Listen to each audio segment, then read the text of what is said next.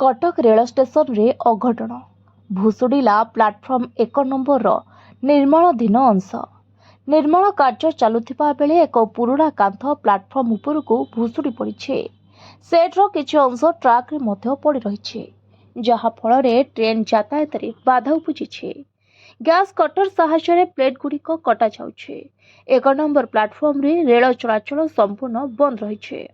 एपटे अघटनर किछि समय पूर्व 1 नंबर प्लाटफर्म देई वंदे भारत एक्सप्रेस जाइथिला। तबे वंदे भारत एक्सप्रेस जिबार किछि समय परे एही अघटन घटिछे, जहा फल अनेक यात्री बंची जाइथिले। सूचना अनुसार गत किछि दिन धरी कटक स्टेशन रो नवीकरण कार्य चलुथिला। जणे आहत होइछन्ती, तांकर स्वास्थ्य अवस्था स्थिर थिबा सूचना मिलिछे। तांको कटक रो एक घरोई हॉस्पिटल रे भर्ती करा जायछि। क्षयक्षति नै कोनोसी सूचना नाही।